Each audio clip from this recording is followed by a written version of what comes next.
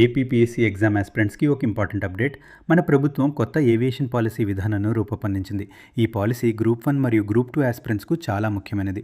Group 2 అభ్యర్థులు 3 ముఖ్యమైన విషయాలు గుర్తుపెట్టుకుంటే ఒక మార్క్ వచ్చే అవకాశం. Andhra Pradesh cabinet AP aviation policy 2026 నుంచి 2031 వరకుకి అప్రూవల్ ఇచ్చింది. దీని మెయిన్ గోల్ ఏమిటంటే మీరు ఉన్న చోటు నుండి 150 కిలోమీటర్ల లోపు ఎయిర్పోర్ట్ అందుబాటులో ఉండేలా చేయడం. ఇప్పుడు 3 ఇంపార్టెంట్ పాయింట్స్ గుర్తుపెట్టుకోండి. మొదటిది 9 న్యూ ఎయిర్పోర్ట్స్ మరియు 10 వాటర్ డ్రోమ్స్ డెవలప్ చేస్తారు. వాటర్ డ్రోమ్స్ అంటే వాటర్ మీద ల్యాండ్ అయ్యే ఎయిర్క్రాఫ్ట్ కోసం తయారు చేసే స్పెషల్ ఫెసిలిటీస్.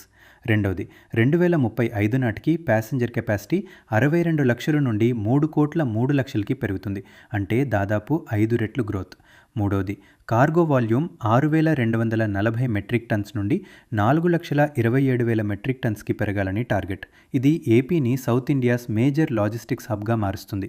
బోనస్గా గుర్తుపెట్టుకోండి, ఎంఆర్ఓ సెంటర్స్ అంటే మెయింటెనెన్స్, రిపేర్ మరియు ఓవర్హాల్ ఫెసిలిటీస్ మరియు ఏరోస్పేస్ సెక్టర్లో $1 బిలియన్ పైగా ఇన్వెస్ట్మెంట్ అట్రాక్ట్ చేయాలని మరియు ప్రతి సంవత్సరం 5,000 మంది ఏవియేషన్ స్టాఫ్కి ట్రైనింగ్ ఇవ్వాలని కూడా లక్ష్యంగా పెట్టుకున్నారు. ఈ పాలసీకి సంబంధించి పీడిఎఫ్ ఇంకా అందుబాటులో లేదు. పీడిఎఫ్ వచ్చిన వెంటనే దీని గురించి మరింత ఇన్ఫర్మేషన్ తెలుసుకోవడానికి మన ఛానల్ను సబ్స్క్రైబ్ చేసుకోండి. బెల్ ఐకాన్ కూడా ప్రెస్ చేయండి, నోటిఫికేషన్ మిస్ అవ్వకుండా.